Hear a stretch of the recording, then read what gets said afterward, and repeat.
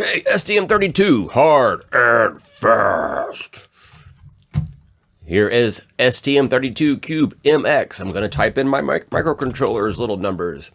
Uh-oh. Actually, I want to do this here under board selector. There we go. And I'm going to type 072 because that's close enough for me to find my microcontroller, or dev board in this case.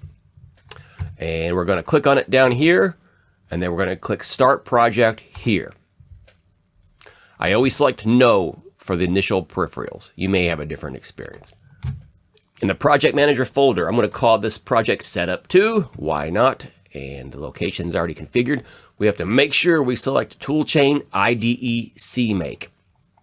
We'll go to Pinout and Configuration. This is where we configure all of our pins. This is where we spend our time in MX. In this particular case, I'm not concerned about these orange ones, which are messed up or not configured correctly. Don't care. What I do care about are these LEDs. These are the LEDs on the discovery board.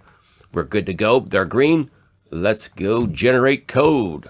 Click Open Folder. We're going to grab this folder. I'm going to copy that. Let's go to VSCode, which you've already installed, I hope. File, Open Folder. We're going to paste that in. We're at the folder's root, so let's hit Select Folder. As you can see, VSCode does stuff.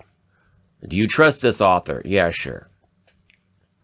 Stuff's going to happen in the bottom right. Let that run for a little bit, and when it seems to settle down, it's discovering CMake, things of that sort. When it's installing things, that's fine. But when it starts saying, hey, device detected, don't worry about it. Exit out. Do you want to configure CMake for this? No, we don't. We don't care. Here's why. Because STM32CubeIDE will handle this right here. So we're going to click on STM32Cube, set up STM32Cube projects. Now it's running the way we want it to. So now we have the board and device. It's selected here. Lately, it's been selecting these automatically. I'm not sure if that's a new feature or if I'm getting lucky or what. But my board is here. Toolchain, GCC. We're looking good. Let's hit Configure. At the top of the screen, we have Debug or Release. Let's click Debug. And so now we have our microcontroller here, and we have a security model. Ignore that. That's fancy stuff. We don't care right now. Save and close. All right, we're set up. So let's go to main. So we're going to click on the top folder, the pages looking things, which is the Explorer. Core, source, src, main.c. And we have includes the usual stuff.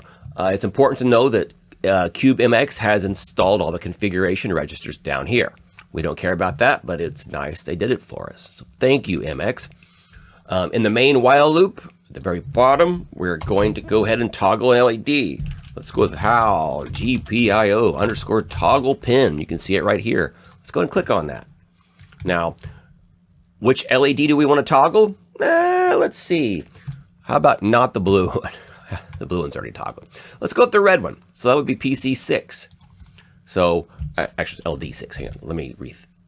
The red one is LD3. Sorry. Okay. So we're going to type in, and it makes it really easy, LD3, and we'll see the GPIO port. And then I'm going to go with comma, LD3, the pin. And then we'll delete this other stuff. No thinking, no data sheets required. The macros do the work for us. Pretty cool. So how delay, underscore delay, 500.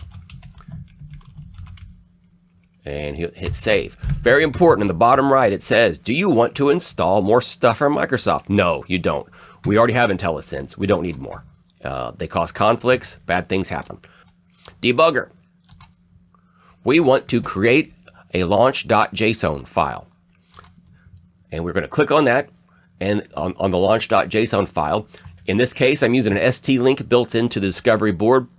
So I'm going to click on this STM32 launch ST link GDB server. This is going to create a file for us.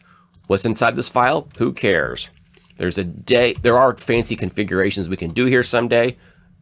If you don't know what this is, you don't care. So the configuration's done. We can push F5. Compiling is done. We are now in debugging mode. We can hit play. And let's check out our PCB. We're looking for a red blinky. And we got it. Success! Out. Keep an eye out. I have a whole bunch of STM32 hard and fast videos coming.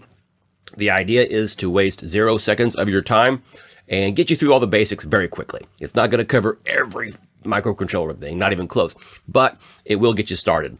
Finding a lot of the basic functions and how STM32 how it works is a little convoluted, and it's it wastes time. I don't like wasting time. Out.